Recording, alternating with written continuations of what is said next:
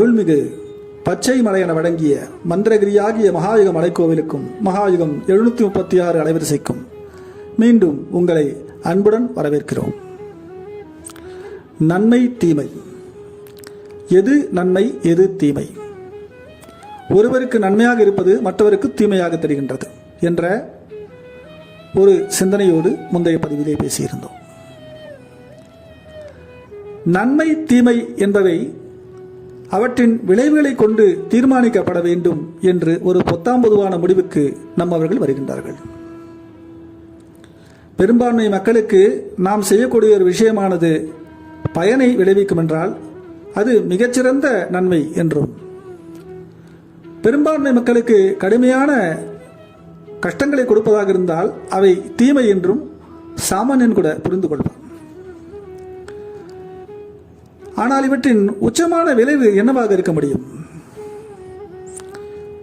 உலகத்தில் இருக்கக்கூடிய அனைத்து மக்களுக்கும் ஆன்மீகம் என்னும் அற்புதமான விஷயத்தை அருளிய இந்த இந்திய பெருந்தேசத்தில் நன்மை தீமையின் விளைவினை நாம் இவ்வாறு சொல்கிறோம். எவன் நன்மையானதை செய்கின்றானோ, எவன் உள்ளத்தில் உண்மையோடும் நேர்மையோடும் இறைவன் மீது நம்பிக்கையோடும் பக்தியோடும் பயத்தோடும் நன்மையை மட்டுமே செய்கின்றானோ அவன் புண்ணியங்களை அடைகிறான் என்கின்றது. இப்பொழுது நன்மை புண்ணியம் என்ற ஒரு உன்னத வடிவினை அடைகின்றது. தீமை தனக்கு மட்டும் நன்மை செய்து பிறருக்கு எந்தவித கடுமையான விளைவுகள் ஏற்பட்டாலும் பரவாயில்லை என்று நினைக்கக்கூடிய தவறான காரியங்களை செய்து கொண்டிருக்கக்கூடிய ஒரு தனி மனிதனோ ஒரு சமூகமோ ஒரு இனமோ அதன் மூலமாக பெரும் பாவத்தை சம்பாதித்துக் கொள்கின்றது என்று அறநூல்களின் மூலமாக பெரியவர்கள் பேசுகிறார்கள். பாவத்தை பற்றி கிறிஸ்தவத்திலும் இஸ்லாமிலும் எச்சரிக்கப்பட்ட அளவுக்கு புண்ணியத்தை பற்றியும் ஒரு குறிப்பிட்ட அளவுக்கு அறிவுறுத்தல் இருக்கின்றன. ஆனால் புண்ணியம் என்ற வார்த்தையாக அவை இருப்பதாக எனக்கு தோன்றவில்லை. இந்த இந்திய பெருந்தேசம்தான் புண்ணியம் என்ற வார்த்தையை முன்னே கொண்டு வந்திருக்கின்றது. ஒரு சாதாரண உயிரினத்திற்கு சிறிது தண்ணீர் கொடுத்தால் கூட புண்ணியம் என்று சொல்லக்கூடியது இந்த மண் தான். தெருவிலே நடந்து போகக்கூடிய முன்பின் தெரியாத ஒரு வழிபோக்கரை அழைத்து அவருக்கு உபசரித்து சிறிது தண்ணீர் கொடுத்து தங்க இடமும் கொடுத்து உணவும் கொடுத்து உபசரித்த திண்ணை கலாச்சாரம் உள்ள தமிழர் பண்பாடு நம்முடையது. அதிதி தேவோ பவ, விருந்தினரை போற்ற வேண்டும், விருந்தினரை தெய்வமாக கருத வேண்டும் என்ற அற்புதமான அந்த விருந்தோம்பலை கொண்டாடிய சமுதாயம் நம்முடையது. இந்திய பெருந்தேசம் முழுவதும் இது ஒரு அற்புதமான பழக்கமாக மட்டுமில்லை, அது ஆண்டவனின் வழிபாட்டில் ஒரு அங்கம் என்றே சொல்லப்பட்டிருக்கின்றது. நீங்கள் சமைத்த உணவினை யாரேனுக்கும் ஒருவருக்கு குறைந்தபட்சம் ஒரு காகத்திற்காவது கொடுத்துவிட்டு சாப்பிட வேண்டும், அது ஒரு வழிபாடு என்கின்றது நமது சமுதாயம். அடுத்தவர் செல்லக்கூடிய பாதையில் ஒரு காலில் குத்தக்கூடிய முள் இருந்தால் அதை எடுத்து ஓரமாக போடுவது கூட புண்ணியம். அடுத்த வீட்டு பெண்களை நமது தாயாக, சகோதரியாக, தங்கையாக, மகளாக பாவிக்க வேண்டும் என்று சொல்லக்கூடியது உயர்ந்த அற்புதமான ஆண்மையின் அடையாளம். ஆண்மைக்கு எதையெல்லாமோ என்று அடையாளமாக சொல்லிக் கொள்கிறார்கள். ஆனால் நமது சமுதாயம் என்ன சொல்லியது தெரியுமா? பிறன்மனை நோக்கா பேராண்மை என்று சொன்னது.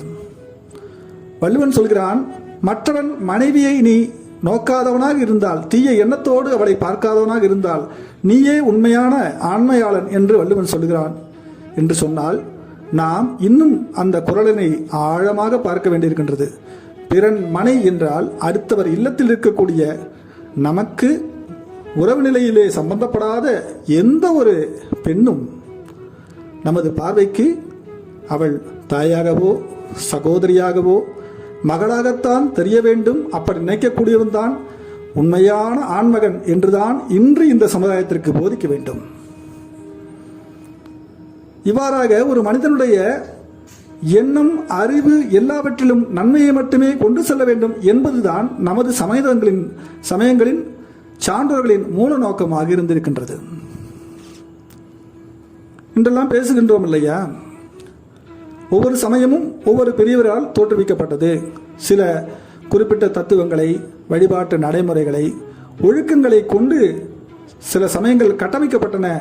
அதன் அடிப்படையிலே எவன் நடந்து கொள்கிறானோ அவனைத்தான் அச்சமயத்தவன் என்று சொல்ல முடியும். உதாரணத்திற்கு, யூதர்கள் மோசே தந்த 10 கட்டளைகளை நிச்சயமாக நிறைவேற்றுபவர்களாக இருந்தால் மட்டுமே அவர்கள் சரியான யூதர்களாக இருக்க முடியும். எவனொருவன் பிதா, சுதன், பரிசுத்த ஆவி என்ற தத்துவத்தை ஒப்புக்கொள்கின்றானோ, இறையச்சத்தோடு தனது பாவங்களை விட்டுவிட்டு இயேசுவினையே தன்னுடைய இரட்சகராக ஏற்றுக்கொள்கிறானோ அவன்தான் சரியான கிறிஸ்தவன் என்று கிறிஸ்தவம் சொல்லுகின்றது. இறைவன் ஒருவன்தான், அவனுக்கு இணையாக எதையும் கற்பிக்கக்கூடாது. இந்த கருத்தினை சொல்ல வந்த இறுதி நபியானவராகிய மஹமது நபியே இறுதி நபி என்பதை ஒப்புக்கொண்டால் மட்டும்தான் நீங்கள் ஒரு இஸ்லாமியராக கருதப்படுவீர்கள். ஆனால் அறிவு தளத்தில் இருந்து, அறிவு தளத்திற்கு ஆதாரமாக இருக்கக்கூடிய மன உணர்வுகளின் ஆத்ம தளத்தில் இருந்து நாள்தோறும் தன்னை புதுப்பித்துக் கொண்டே இருக்கக்கூடிய யோகவாதிகளாகிய நமது சமுதாயம் இன்னாரைத்தான் இந்த சமயத்தை தோற்றுவிப்பாளன் என்று இன்னும் கூட குறிப்பிடவில்லை. சமய வழிபாட்டு ஒழுக்க நெறிமுறைகளிலே பற்பல வெற்றிகளை கண்ட பெரியவர்கள் அவர்களை பின்பற்றி தாங்களும் குறிப்பிடத்தக்க நல்ல வெற்றிகளை, ஆன்மீக முன்னேற்றங்களை அடைந்தவர்கள் என்கின்ற வகையில்தான் சிலரை நாம் ஆன்மீக பெரியவர்களாக கருதுகிறோம். அவர்கள் தங்களது உயர்வுக்கு தக்கவாறு தக்க பட்டங்களை உடையவர்களாக இருக்கிறார்கள். அவர்களைத்தான் ஞானிகள், மகான்கள், யோகிகள், முனிவர்கள், சித்தர்கள், ரிஷிகள் என்றெல்லாம் போற்றுகின்றோம். பின்பு ஜீவன் முக்தர்கள் என்கின்ற ஒரு அற்புதமான நிலையம் வருகின்றது. ஆன்மீக வழியிலே நமது சமய வழிபாடுகளில் பின்பற்றக்கூடியவர்களுக்கு இது ஓரளவு தெரிந்திருக்கும். நமது சமய வழிபாடு என்று சொல்லக்கூடியது இந்திய பெருந்தேசம் முழுவதும் இருக்கக்கூடிய சகல சமயங்களையுமே நான் குறித்து சொல்வேன். இப்படியாக இவர்கள் சிலவற்றை பாவம் என்றும் சிலவற்றை புண்ணியம் என்றும் நமக்கு கற்றுக் கொடுக்கிறார்கள். ஜீவகாருண்ய ஒழுக்கம் உயிர்வதை கூடாது என்று சொன்ன நமது சமீபத்திய நூற்றாண்டில் உடையவர், நமது தற்கால நூற்றாண்டை சேர்ந்தவராகிய வள்ளல் பெருமான் சன்மார்க்கம் என்பதை தோற்றுவித்தார் அல்லவா? நீங்கள் நினைக்கலாம் சமயத்தினை அவர் சீர்திருத்தி விட்டார் என்று. நிச்சயமாக இல்லை. அவர் சமயத்தை மேலும் அடுத்த கட்டத்திற்கு கொண்டு சென்றிருக்கிறார் என்பதுதான் சரியாக இருக்கும் என்பது எனது தாழ்மையான கருத்து. யுக தர்மம் என்பதை கிருஷ்ண பகவான் குறிப்பிடுகிறார். நாம் காலக்கணக்குகளை ஒப்புக்கொள்கிறோம். மற்ற சமயங்களில் இந்த விதமான சிந்தனை இருக்கின்றதா என்பது எனக்கு தெரியவில்லை. மகாயுகம் என்கின்ற பெருங்கோட்பாடு காலத்தினை அடிப்படையாக கொண்டது. மகாயுகம் என்கின்ற காலத்தின் வடிவமாக அதை ஆட்டுவிக்கும் சக்தியாக விளங்கக்கூடியவள் அன்னை காமந்திகா தேவி என்னும் உயர்ந்த உண்மை கருத்தினை கொண்டு நமது மந்திரகிரி மகாயுகமலை நடைபெற்று வருவதாலே இந்த யுக கணக்கினை பற்றி ஒரு சிறு விஷயங்களை உங்களுக்கு சொல்லுகின்றேன். ஓரளவுக்கு படித்தவர்களுக்கு இது தெரிந்திருக்கலாம். புதிய நபர்கள் கேட்பவர்களுக்கு, இளைய தலைவர்களுக்குத்தான் நான் பெரும்பாலும் சொல்ல கடமைப்பட்டுள்ளேன். நாம் யுகங்களை 4ஆக பிரிக்கிறோம். யுகம் என்றால் என்னவோ என்று நினைத்து விடாதீர்கள் மக்களே. ஒரு நாள் என்பது 24 மணி நேரங்கள் என்று சொல்கிறோம் இல்லையா? ஒரு வாரத்திற்கு 7 நாட்கள், ஒரு மாதத்திற்கு 30 நாட்கள், ஒரு வருடத்திற்கு 12 மாதங்கள், இப்படியெல்லாம் நம்ம கணக்கில் வைத்திருக்கின்றோம். அப்படி சில குறிப்பிட்ட வருடங்கள், ஆயிரங்களிலிருந்து லட்சங்களில் வரை இருக்கக்கூடிய அந்த வருட காலங்களிலே இந்த உலகத்தில் ஒரு விதமான தோற்றமும் ஒரு விதமான முடிவும் ஏற்படும் என்று நமது சம்பிரதாயம் சொல்லுகின்றது. இது முற்றிலுமாக ஒரு செடியானது விதையாக தோன்றி முழு மரமாக விளைந்து முழுமையான எல்லா பலன்களையும், பூக்களையும், காய்களையும், கனிகளையும் ஈந்து விதைகளையும் கொடுத்து இந்த எல்லா விதைகளும் திரும்பவும் முளைத்து அவைகளும் மரங்களாக விளைந்து ஒரு நீண்ட சுழற்சியை முடித்த பின்பு ஒட்டுமொத்தமாக இந்த தோற்றம், வளர்ச்சி, பலன் கொடுத்தல், தங்கள் வாழ்க்கை சுற்றலை முடித்துக் கொள்ளுதல் என்பதான ஒரு நீண்ட காலகட்டத்தை ஒரு யுக கணக்கு என்று வைத்துக் கொள்ளலாம். இதில் வேடிக்கை என்னவென்றால், ஒரு யுகத்தில் தோன்றியதை போல மற்ற யுகத்தில் எல்லா விஷயங்களும் பொருத்தமாக வருவதில்லை. ஒன்று, முந்தைய யுகங்களில் சில நல்ல விஷயங்கள் ஆரம்ப நிலையில் இருந்திருக்கலாம், அடுத்த யுகத்திலே அவை இன்னும் நல்ல நிலையில் வளர்ச்சி பெறக்கூடும். அதாவது நாம் சாதாரணமாக ஒரு மனிதரை நேரடியாக பார்த்து உரையாடினோம், பின்பு கடிதம் வாயிலாக உரையாடி, இப்பொழுது செல்போன் வரை வந்து விட்டோம் இல்லையா? ஒரு தகவல் தொடர்புக்கே இந்த வளர்ச்சி நிலையில் இருக்கின்ற பொழுது வாழ்க்கை முறையில் எத்தனை வளர்ச்சி முறைகள் இருந்திருக்க வேண்டும்? இவ்வாறாக சொல்கிறேன். அதே போலத்தான் ஒரு மனிதனுடைய தவறான பழக்க வழக்கங்களும் கூட ஒரு வேறுபட்ட காலகட்டத்தை அடைந்திருக்கின்றது. நீங்கள் நன்றாக நிறுத்தி பார்க்கலாம். இப்பொழுதெல்லாம் அரசாங்கமே மது விற்பனை செய்யக்கூடிய ஒரு அவலமான நிலையை அடைந்து விட்டது. யாரோ எவரோ ஒரு தனியார் நிறுவனம் உற்பத்தி செய்யக்கூடிய மதுவை அருந்தி இவர்கள் மாண்டு போவதை விட நாம் சற்று ஒரு நியாயமான விலையிலே கொடுப்போம், வேறு வழியில் இவர்கள் திருந்த மாட்டார்கள், அந்த வருமானத்தை ஏன் விட்டுக் கொடுக்க வேண்டும் என்று அரசாங்கம் கருதியிருக்கலாம். அதில் கிடைக்கக்கூடிய வருமானத்தை கொண்டு நாம் அரசாங்கத்தை நடத்துவோம் என்று ஒவ்வொரு அரசாங்கமும் நினைக்கின்றது. நாம் இந்த விஷயத்திலே நாம் சமூக புரட்சியாளர்களாக கருத்து சொல்வதற்கில்லை. குடியே கெடுக்கும் என்றுதான் அரசாங்கம் எழுதி வைக்கிறது. யார் அதை படிக்கிறார்கள்? அப்படியானால் வேறு வழி இல்லை, நீங்களாகத்தான் தெரிந்து கொள்ள வேண்டும். ஆனால் தவறானது நின்று விடுகின்றதா என்றால் இல்லை. பனை மரங்களிலும் தென்னை மரங்களிலும் இறக்கப்படக்கூடிய கள் என்று சொல்லக்கூடிய ஒரு விதமான திரவத்தை அன்றைய மனிதர்கள், நமது தாத்தா பாட்டிகள் அருந்தி இருப்பார்கள். பாட்டிகளுக்கு சொல்லக்கூடாது, அன்றைய பெண்கள் கள் குடிப்பதற்காக இல்லை, பழந்தமிழர் முறையில் இருந்திருக்கலாம். பின்னாலே கலாச்சார நாகரிக வளர்ச்சிக்கு பிறகு ஒரு பெண் என்றாலே மிகவும் உத்தமமானவள் தான் இருக்க வேண்டும் என்கின்ற நடைமுறை இருந்தது. இன்றைய நிலையை நான் சொல்லவே வேண்டாம், உங்களுக்கே தெரியும். அந்த கல் வேண்டாம் என்று போராடியவர்கள் இருக்கிறார்கள். கல்லாமை நன்று என்று வள்ளுவன் அடித்து சொல்லுகிறான். எவன் கல் குடிக்கிறானோ அவன் சகல அறங்களையும் அழித்து விட்டவனாகிறான் என்று வள்ளுவன் சாடுகிறான். ஆனால் பின்னாளில் என்ன நடந்தது? பற்பல வெளிநாட்டு வரவுகளுக்கு பிறகு அவர்கள் கொண்டு வந்த பழக்க வழக்கங்களையும் ஏற்றுக்கொண்டோம், அவர்களுடைய மது பானங்களையும் ஏற்றுக்கொண்டோம்.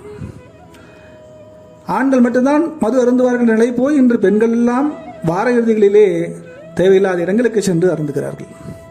காலத்தின் கொடுமையை கொண்டு மனதில் வெம்ப வேண்டியிருக்கின்றது.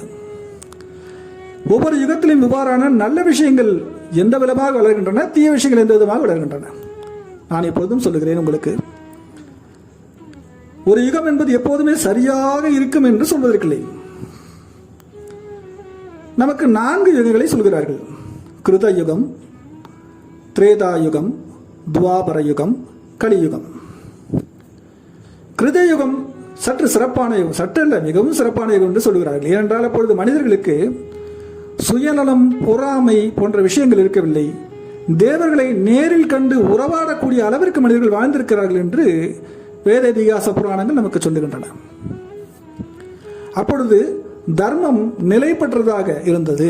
அதாவது ஒரு பசுவானது 4 கால்களும் ஆரோக்கியமாக இருந்தால் திடமாக எவ்வாறு நடந்து செல்லும் இல்லையா, அவ்வாறாக அறம் தர்மம் என்கின்ற பசு 4 கால்களிலே நின்றது என்று சொல்கிறார்கள். பின்பு திரேதாயுகம் தோன்றுகின்றது. இப்பொழுது சற்று அதர்மம் தலை தூக்குகின்றது. இப்பொழுது திடமாய் நடந்து கொண்டிருந்த அறப்பசுவினுடைய 4 கால்களில் ஒன்று முடமாகிவிட்டது. இப்பொழுது 3 கால்களிலே சற்று தடுமாறி, ஆனால் ஓரளவுக்கு திடமாகவே அறமாகிய தர்மம் நிற்கின்றது. துவாபர யுகம் வருகின்றது.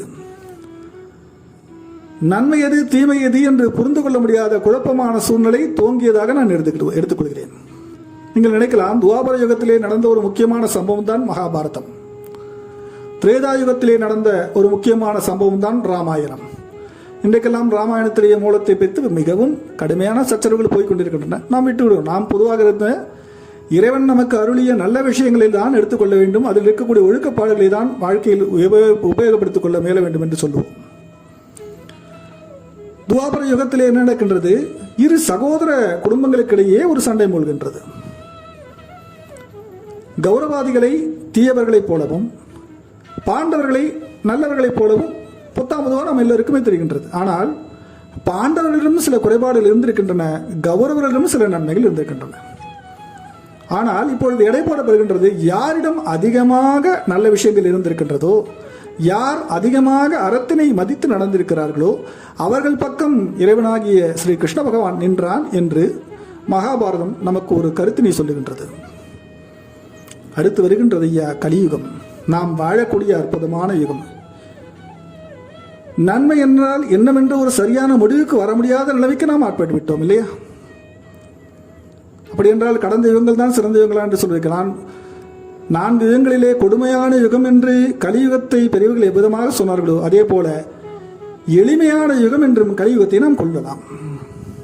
ஏனென்றால் நல்ல நல்ல யுகங்கள் என்று சொல்லப்பட்ட முற்பட்ட யுகங்களில் மனிதர்கள் கடைபிடிக்க வேண்டிய ஒழுக்க நடைமுறைகள், வாழ்க்கை முறைகள் மிக கடுமையான அனுஷ்டானங்களோடு இருந்திருக்கின்றன.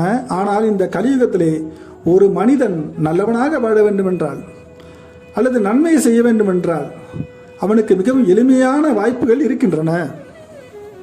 மற்ற சமயங்களில் மற்ற யுகங்களிலே நீங்கள் எத்தனைதான் கடுமையாக போராடினாலும் நீங்கள் செய்த சிறு சிறு தவறு கூட பெரிய கடுமையான விளைவுகளை ஏற்படுத்தும். கலியுகத்தில் நீங்கள் செய்யக்கூடிய சின்னஞ்சிறு நல்ல காரியம் கூட உங்களுக்கு நல்ல மன திருப்தியை கொடுப்பதோடு மக்களின் மனத்திலும் இறைவனின் மனத்திலும் உங்களுக்கு ஒரு நல்ல நிலையை ஏற்படுத்தும். அதுதான் கலியுகத்தின் சிறப்பு. இறக்கப்பட்டு நீங்கள் ஒரு வறியவனுக்கு, ஊனமுற்றவர்களுக்கு செய்யக்கூடிய ஒரு சிறு தர்மம் எத்தனையான மன நிம்மதியை, மகிழ்ச்சி உங்களுக்கு வழங்குகிறது என்பதை பாருங்கள். எல்லோருக்குமே இது தெரிந்திருக்கும் தானே. மேலும் சொல்லுகிறார்கள், இறைவனை வணங்குவதற்காக எத்தனையோ வழிமுறைகளை வேதங்கள், புராணங்கள், சமய ஒழுக்கங்கள், சமய சான்றுகள் சொல்லிக் கொடுத்திருந்தாலும் இறைவனின் திருநாமத்தை மனதில் நினைத்தாலே போதும் கலியுகம் உங்களுக்கு நன்மை தரும் என்று சொல்லக்கூடிய ஒரு அற்புதமான யுகம் கலியுகம். எவ்வளவுக்கு எவ்வளவு சௌகரியங்களும் வசதி வாய்ப்புகளும் பெருகின்றதோ அவ்வளவுக்காக நாம் தவறுகளையும் வேகமாக பெருக்கிக் கொண்டிருக்கின்றோம். இப்பொழுதுதான் மேலும் குழப்பத்தை உண்டாக்கிக் கொள்கின்றோம். நன்றாக யோசித்து பாருங்கள். அரிசியிலே முதலில் நெல்லாக இருந்தது. நெல்லை நாம் அன்றைய காலத்திலே குத்தி புடைத்தெடுத்து அரிசிகளாக நாம் பிடித்து கொண்டோம். உமி தனியாக இருந்துவிட்டது. பின்னாளிலே கலப்படம் செய்யக்கூடிய நல்ல மனிதர்கள் வந்துவிட்டார்கள். அந்த பிரித்தெடுத்த அரிசி மணிகளிலே கல்லையும் மண்ணையும் கலக்கிறார்கள். நாம் என்ன செய்கிறோம்? வேறு வழியின்றி அவற்றையெல்லாம் நீக்கிவிட்டு சரியான அரிசியை தேர்ந்தெடுத்துக் கொள்கின்றோம். இப்பொழுது அரிசிக்குள்ளே கல்லோ மண்ணோ அல்ல, மண்ணுக்குள் இருந்துதான் கல்லையும் அரிசியை இருக்க வேண்டுங்கிற அளவுக்கு மாறிவிட்டது. இப்படியெல்லாம் கடையில் சுத்தமாக செய்து கொடுக்கிறார்கள் என்று சொல்லவில்லை. நான் உதாரணத்துக்கு சொல்லுகிறேன். நல்ல விஷயங்கள் அதிகமாக இருந்தபோது தீய விஷயங்கள் மிக குறைவாக இருந்த காலம் என்பது போய் தீய விஷயங்களிலும் ஏதேனும் நல்லது இருக்கின்றதா என்று தேடக்கூடிய ஒரு அவலமான நிலைக்கு வந்துவிட்டோம். இதனால் என்னையா பெரிய பிரச்சனை? எனக்கு ஒன்றும் பிரச்சனை இல்லை, நான் சாதாரணமாகத்தான் இருக்கின்றேன். நான் யாருடைய பிரச்சனைக்கும் செல்வதில்லை. என் வேலை, என்னுடைய குடும்பம், என்னுடைய சமுதாயம், அது வரைக்கும் நான் சரியாக இருக்கிறேனா போதும் என்கின்ற நிலைக்கு நல்லவர்கள் கூட நினைக்கின்ற அளவுக்கு தான் நாம் இருக்கின்றோம். எல்லாருமே சொல்கிறோம், ஐயா முன்பெல்லாம் இருந்தது போல இல்லை, எங்கள் அப்பா தாத்தா பாட்டி காலத்தில் இருந்த போல இல்லை, இல்லை இப்போது இல்லை, நியாயத்திற்கு காலமில்லை என்று எல்லாருமே சலித்துக் கொள்வதையா நான் கேட்கிறோம். இந்த கடவுள் என்னதான் செய்கிறார்? இந்த தெய்வத்திற்கு கண்ணே இல்லையா என்றெல்லாம் இறைவன் மீதும் சலித்துக் கொள்கிறோம். சரி, இதற்கெல்லாம் என்னதான் தீர்வாக இருக்கும்? திக்கற்றவனுக்கு தெய்வம் துணை. ஒரே தத்துவம் எப்போதும் உங்களுக்கு நினைவில் இருக்கட்டும். தாய், தந்தை, குரு, தெய்வம். இந்த 4 தத்துவங்கள் எல்லா யுகங்களிலும் மாறாமல் வந்து கொண்டிருக்கின்றது மக்களே. நாம் அவற்றின் முக்கியத்துவத்தை சிதைக்காத வரை, நான் சொன்ன இந்த தாய், தந்தை, குரு, தெய்வம் ஆகியவர்கள் சிறந்தவர்களாக இருக்கின்ற வரை நாம் காப்பாற்றப்படுவோம். தாய், தந்தை சரி, நாம் அவர்களை திருத்த முடியாது. அவர்களின் வழியாகத்தான் நாம் வந்திருக்கிறோம். தாய் தந்தையுடைய குணபேதங்கள் எவ்வாறு இருக்கின்றதோ அவ்வாறு தான் நம்முடைய வாழ்க்கை முறையும் சிந்தனை முறையும் அமையப் போகின்றது. நாம் தேர்ந்தெடுக்கக்கூடிய குரு கூட நாம் தாய் தந்தையர் என்ன யாரை காட்டுகிறார்கள் அவரை குருவாக இருக்கிறோம். அப்படி என்றால் தெய்வம்